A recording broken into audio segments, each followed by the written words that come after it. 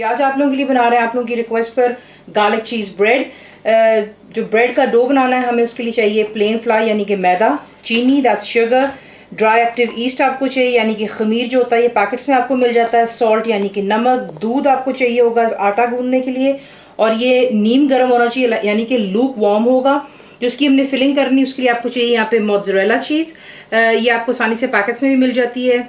इसको आपने श्रेड कर लेना है। पार्मेजान चीज़ बीच में जाएगी, ये भी श्रेडेड है, पैकेट्स में आसानी से मिल जाती है। बटर इस्तेमाल कर रहे हैं यानी कि मक्खन मैं इस्तेमाल कर रही हूँ यहाँ पे अनसॉल्टेड। अगर आप चाहें तो सॉल्टेड कर सकते हैं, लेकिन ये कि थोड़ा नमक ज़्यादा हो जाएगा क्योंकि चीज़ेज़ में ऑलरेडी काफ़ी सॉल्ट होता है, इसलिए अनसॉल्टेड प्रेफरेबल है। उसके बाद आपको चाहिए इसके लिए पासले। अगर आपके पास पासले नहीं है या आपको नहीं मिल रहा तो आप इसकी जगह हरा धनिया डाल सकते हैं, बहुत बारीक चॉप करेंगे। लहसुन यानी कि फ्रेश गार्लिक का इस्तेमाल कीजिएगा, प्लीज़ बॉटल मत इस्तेमाल करें। और आपने इसको एक ग्राइंडिंग मिल में डाल के सिर्फ आपने इसको चॉप करना है, पेस्ट नहीं बनानी। तो ये चीज़ें होगी इसके लिए। ब्रेड लोफ आपको चाहिए होगा, से मैंने ग्रीस कर यहाँ पर रखा हुआ है। और अब आपको दिखाते हैं कि आपने इसको बनाना है। आपने दूध को वार्म कर लेना है, उसमें आप डालते हैं जो ईस्ट है, बीच में आप डालेंगे चीनी,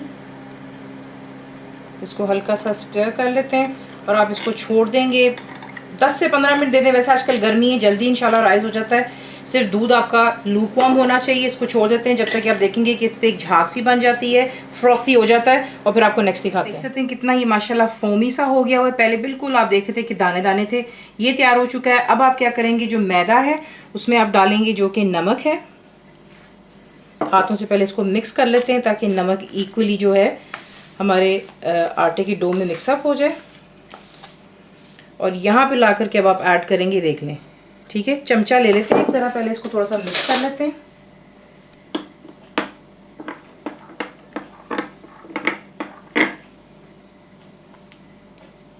मिक्सअप हो गया। अब आप इसमें इसको डालेंगे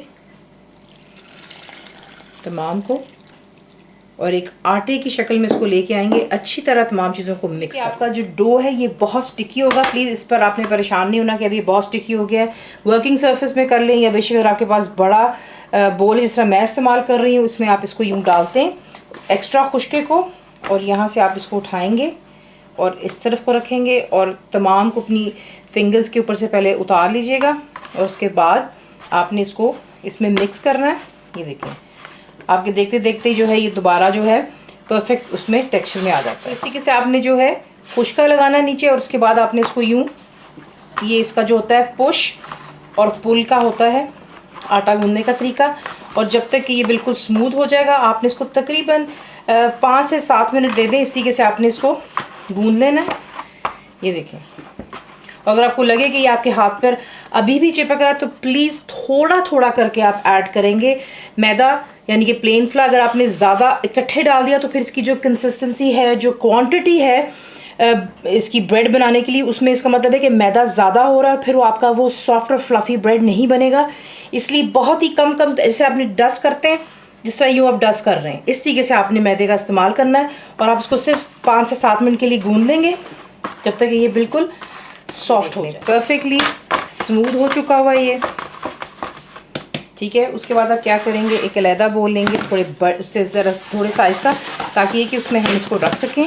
मैं यहाँ पर ऑलिव ऑयल का ज़रा हल्का सा हाथ लगा रही हूँ, ताकि जो हमारी ब्रेड की डो है जब वो राइज़ हो रही होगी वो कहीं सख्त ना हो जाए, क्योंकि उस पर एक क्रस्ट बन जाता है तो वो तय सी बन जाती है। इसको अच्छी तरह से पहले इस तरीके से आप रोल करेंगे, और उसके बाद आप इसे कवर करके किसी भी कपड़े टी टॉवल के साथ में आपने इसे 1 घंटा देना है किसी वार्म जगह में। आजकल गर्मी है, इंशाल्लाह जल्दी हो जाएगा, लेकिन 1 घंटा आपको सिर्फ एक टाइम फ्रेम दे रही हूँ। कवर करके रख दें, जब ये डबल द वॉल्यूम में हो जाएगा फिर आपको दिखाते हैं कि आपने इसकी ब्रेड के साथ। तक कि ब्रेड हमारा राइज हो रहा है, जो हमने इसकी फिलिंग करनी है गार्लिक की, उसमें इसकी तैयारी कर लेते हैं। देख लें, बटर आपने बिल्कुल बाहर रखना ताकि कम्प्लीटली सॉफ्ट होना चाहिए रूम टेम्परेचर पर।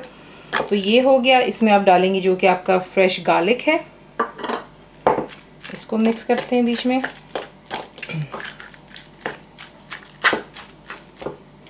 ये ऑप्शनल है, सॉल्ट एंड ब्लैक पेपर, इसलिए मैंने आपको ये शुरू में नहीं दिखाया, यानी कि नमक और कुटी हुई काली मिर्च। अगर आप डालना चाहते हैं तो डाल सकते हैं, लेकिन मैं प्रेफर करती हूँ इसलिए मैं डाल रही हूँ। और बीच में आप डालेंगे पासले, जैसा मैंने आपसे कहा, पार्सले नहीं है, फ्रेश हरा धनिया ले लें, फाइनली चॉप कर लें और वो डाल दें। इसको अच्छी तरह आप हम यहाँ पर कर लेंगे मिक्स, और ये हमारा बन जाएगा मिक्सचर ब्रेड के अंदर फिलिंग के लिए, और उसको एक साइड पर रख लेते हैं। माशाल्लाह कितना ज़्यादा जो है हमारा डो यहाँ पर फूल चुका हुआ है। अब आप क्या करेंगे, वर्किंग सरफेस लेंगे, उस पर आपने जो है खुश्का यूँ लाइटली डस्ट करना है, और उसके बाद जो यहाँ पर हमारा मिक्सचर है इसे आप यहाँ पर रखते हैं। उसके बाद इसमें से ज़रा हल्का इसको पंच डाउन कर लेते हैं ताकि जो एक्सेसिव हवा है बीच में से रिलीज़ हो जाती है, और उसके बाद इसको जो है हम नेक्स्ट स्टेप आपको दिखा देते हैं। तो आप क्या करेंगे, रोलिंग पिन के साथ में आपने इसको बेलना है, और बेलना कुछ यूँ है कि आपने इसको रेक्टेंगल बनाना है, और इसको एक ही वो शेप हम देंगे, पहले रेक्टेंगल और फिर आपको इसको रेक्टेंगल बेल लेना है। उसके बाद जो हमने इसका मिक्सचर बनाया हुआ है बटर का, ये आप इस पर स्प्रेड करेंगे, सिर्फ साइड्स थोड़ी सी आपने छोड़ देनी है। आप इसको स्प्रेड कर लेना है। उसके बाद आप इस पर डालेंगे मोज़रेला, आप इस पर डालेंगे पार्मेज़ान चीज़, और जो इसकी लेंथ वाइज है आपने इसको यूँ रोल करना शुरू कर देना है।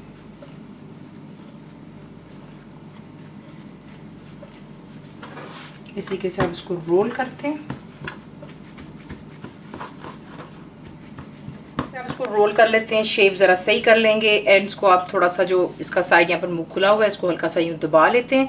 That's done. उसके बाद आपको एक नाइफ़ चाहिए शार्प, और आपने जो है यहाँ से तकरीबन 2 इंच का जो है हिस्सा आप छोड़ देंगे, और यहाँ से फिर आपने इसको बीच में से स्लाइस कर लेना है दोबारा लेंथ वाइज।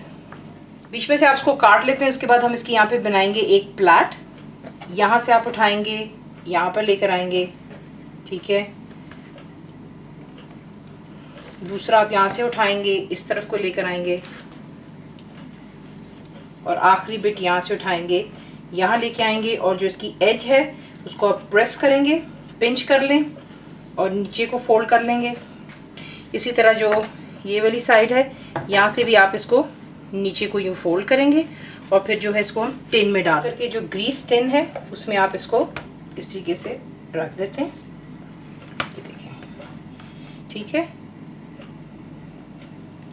ये इसका परफेक्टली ब्रेड्स खुले हुए हैं, और ये यहाँ पर आ गया। अब आप इस पर कवर करेंगे इसको दोबारा आपने 45 to 1 आवर यानी कि 45 से 1 घंटे के लिए एक कपड़ा आप इस पर डालेंगे, और इसको आपने थोड़ा सा राइज हो जाने। ये देख लें 1 घंटा मैंने इसको राइज होने दिया, और देख लें माशाल्लाह कितना खूबसूरत तरीके से ये राइज हुआ है।